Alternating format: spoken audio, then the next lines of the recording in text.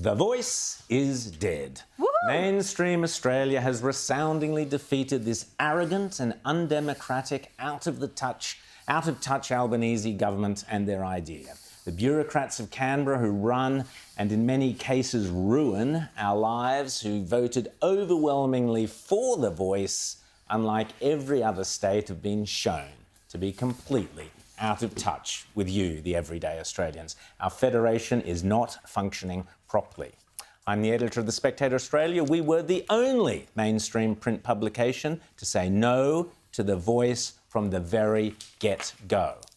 I was contacted by a left-wing acquaintance of mine the other morning who said, "Rowan, I have never agreed with your stance on the ABC until now. They must be defunded."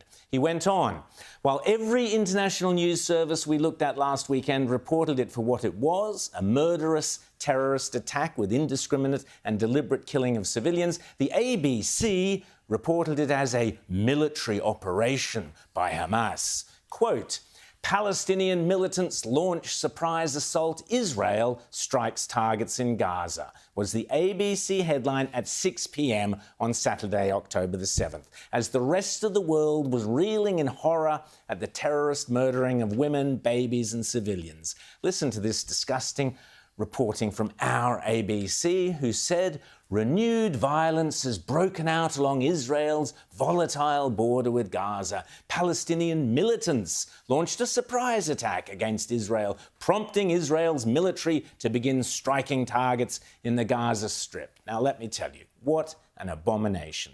As Khalid Abu Tomeh, an Israeli-Palestinian writer, wrote this week, quote, "The indifference has reached a point where some Western media outlets and officials continue to label Hamas terrorists as militants."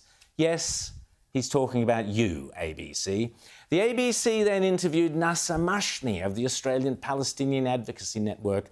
While the carcasses of the dead, raped and butchered women were still being paraded around the Gaza Strip. If this doesn't turn your stomach, I don't know what will. Injustice towards Palestinians has driven conflict with Israel to this point. What injustice is he referring to?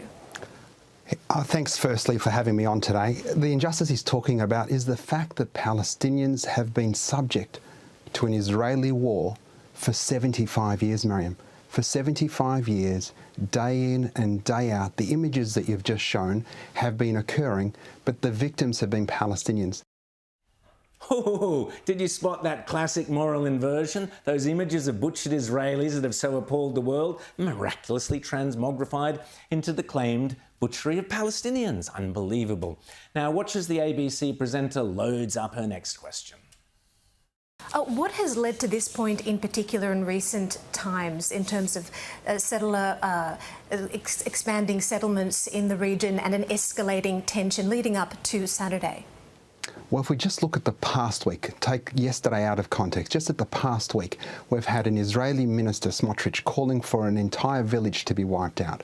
We've had 5 Palestinians killed, 4 by the army, 1 by a rampaging, pogrom-like settler group that had killed a Palestinian boy, a 16-year-old boy. Whoa, hold on, pal. Wow. There's your moral inversion again. Hours after the worst murderous rampage by bloodthirsty butchers slaying Jews since the Holocaust, this bloke dares to co-opt the word pogrom. The word that, like Holocaust, is owned and defined by Jews because it is their history. As Rebecca Weiser writes in The Spectator Australia this week, the cover story there, of which I am the editor, as I said, quote, "The organised massacres of Jews in 19th century Russia were called pogroms. Here's a description from the New York Times in 1903. The mob was led by priests, and the general cry, 'Kill the Jews,' was taken up all over the city. The Jews were taken wholly unaware and were slaughtered like sheep. Babies were literally torn to pieces by the frenzied and bloodthirsty mob. At sunset, the streets were piled with corpses and the wounded." So let's just be clear. You don't get to co-opt the word pogrom. Certainly not only hours after Hamas has inflicted a pogrom on the people of the Negev. But back to that interview. The situation in Palestine is just horrific. This is Miriam, a day-by-day war by Israel on the Palestinians. So there's that inversion again. Let's get a bit of objective perspective from our ABC presenter, shall we? Can you talk to us about how it's evolved historically from the Palestinian perspective? Well, from the Palestinian perspective, we were made to pay for the crimes of the Holocaust. ABC fact-checkers, hello, anybody there? Obviously not. As the president of the Australia-Palestine Advocacy Network, how do you feel hearing the Australian Prime Minister express his unequivocal support for Israel? Look, I'm disappointed that there wasn't a mention at all of the thousands of Palestinians held captive by Israel. There's that inversion all over again. This interview was a week ago today. The bodies were piling up, the horror was there. Oh, but let's see if our intrepid ABC journalist manages to link the atrocities being inflicted upon the Palestinians with, oh, I don't know, The Voice. Mr Mashney, what do you make of Prime Minister Anthony Albanese's comments a week before Australia is due to go to a referendum centred around reconciliation with our own Indigenous people? Do you draw any parallels? Well, there are many parallels. Our Indigenous brothers and sisters here on this continent have been the subjects of brutal settler colonialism. Palestinians have suffered the same consequence, and we stand in solidarity with our brothers and sisters here on this unceded Aboriginal land. I'll leave you to find the vomit bucket for yourselves. Now, when this character's not dressing up in a smart suit for the ABC, here's what he's in his day job at a Melbourne rally. Listen carefully. We as Palestinians know only too well the dispossession of an Indigenous people, and thank you.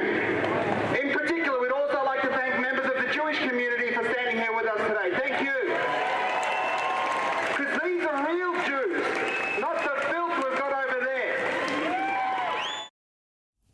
Real Jews who support him and the filth over there who don't. But back to the ABC. Can we please put us out of their misery? The very first action on day one of a Dutton government must be to immediately transfer the ABC to a subscription model like Netflix or Spotify with no further taxpayer funding. If people want to watch that morally inverted and perverted garbage, let them pay out of their own pockets for it. I don't want to pay for any of that. But back to last weekend in Gaza. How do people become so bloodthirsty that they would engage in that sort of inhuman savagery and butchery? Well, I have one theory.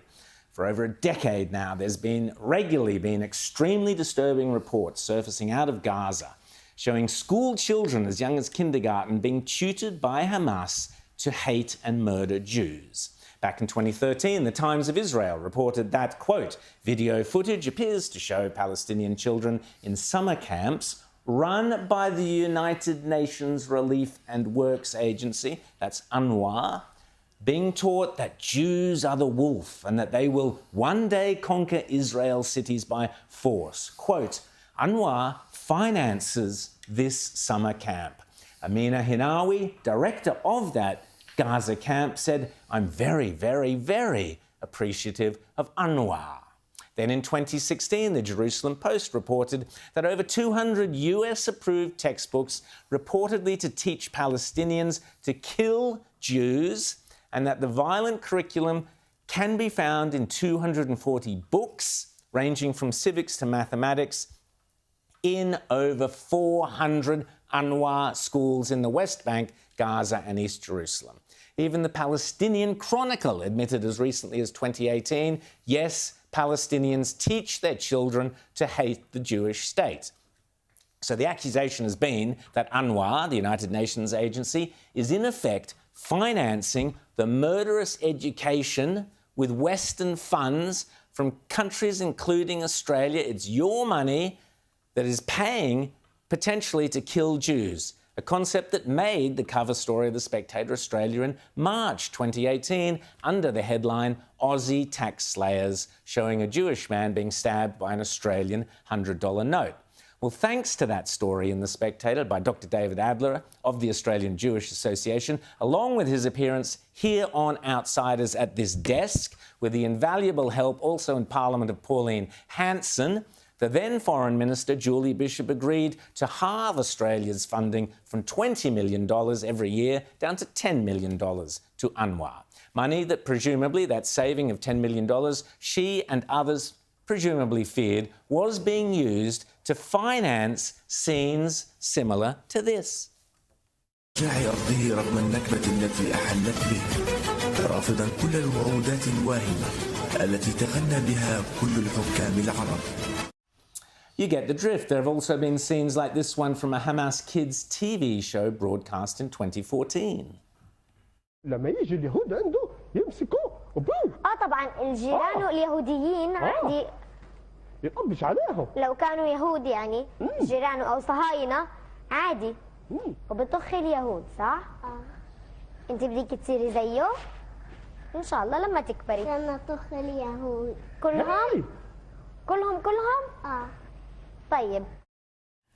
Kids boasting about killing Jews. Little innocent children boasting about killing Jews. One of those UNRWA-financed teachers, Ella Mansour, wrote on Facebook that, by Allah, anyone who can kill and slaughter any Zionist and Israeli criminal and doesn't do so doesn't deserve to live. Kill them and pursue them everywhere. All Israel deserves is death. That was a teacher financed by UNRWA. More recently, films have shown scenes like this.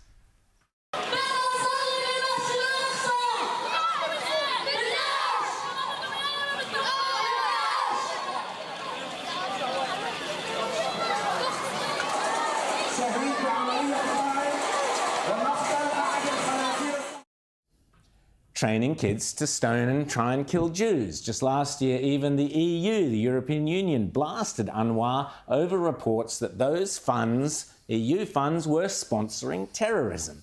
In July 2022, a report prepared by an Israeli NGO found that UNRWA's self-produced educational materials, self-produced note, promoted hatred, anti-Semitism and the celebration of terrorism, bloodshed and martyrdom.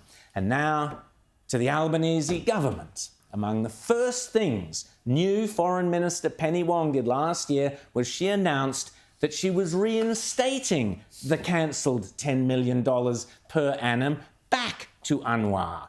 Penny Wong also announced that the Albanese government was reinstating the term occupied Palestinian territories to describe not only disputed parts of Israel, but such as the West Bank and settlements, but also East Jerusalem. This announcement was greeted rapturously around the Middle East. And finally, Penny Wong announced that the Albanese government was reversing the Morrison government's recognition of West Jerusalem as Israel's capital. Stick those three things together, and I'd say you've guaranteed yourself a spot on the Hamas Christmas card list, that's for sure. So what makes people as brutal and savage as we saw last weekend? This video on the Australian Jewish Association website from several years ago, sourced from the Centre for Near East Policy Research, well, it's sickening. Watch. We found that Hamas was recruiting and exploiting 17,000 young teens. Drafted from UNRWA by Hamas, the teens attend war games where they learn how to use lethal weapons.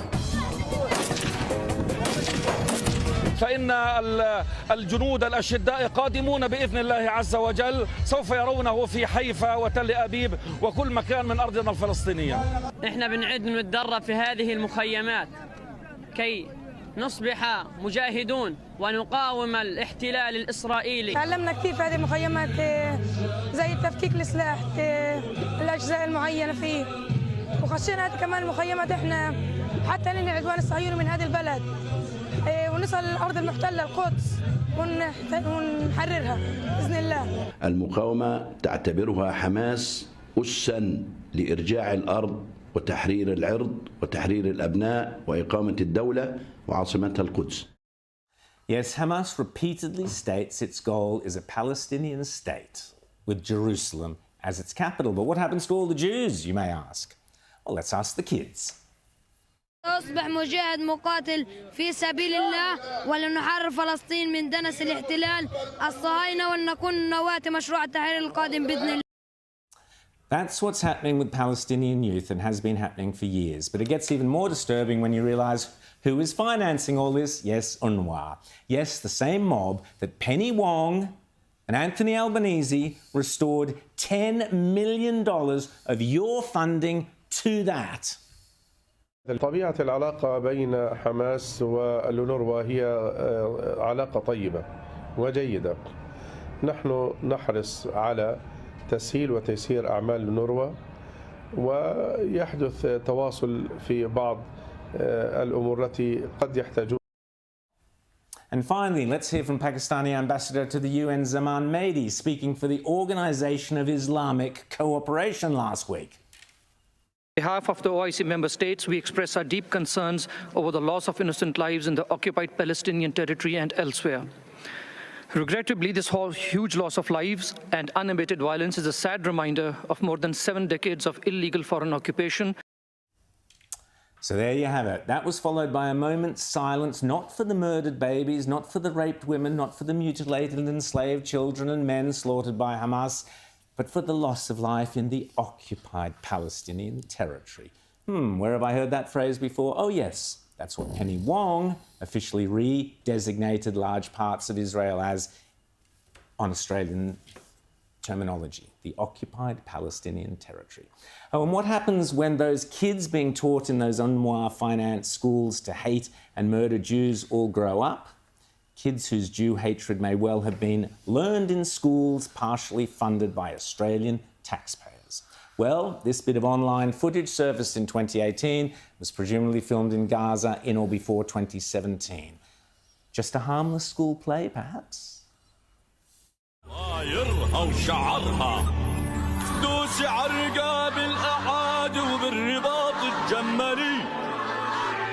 انت تاريخ وشهامي وانت اخت المرجلي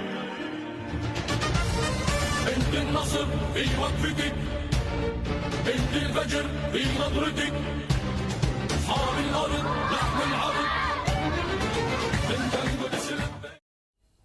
Those young boys by now would probably be young adult males. I wonder how they spent last weekend.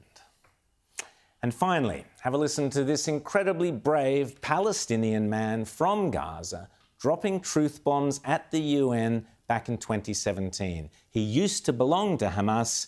He is from Gaza. Here he is addressing the United Nations General Assembly. And look at the looks of horror on the faces of the official Palestinian delegates. This is evidenced by your own total violation for their human rights. In fact, the Palestinian individual and their human development is the least of your concerns. You kidnap Palestinian students from campus and torture them in your jails. You torture your political rivals. The suffering of the Palestinian people is the outcome of your selfish political interest. You are the greatest enemy of the Palestinian people. If Israel did not exist, you would have no one to blame. Take responsibility for the outcome of your own actions. You fan the flames of conflict to maintain your abusive power. Finally, you use this platform to mislead the international community, to mislead the Palestinian society, to believe that Israel is responsible for the problem you create.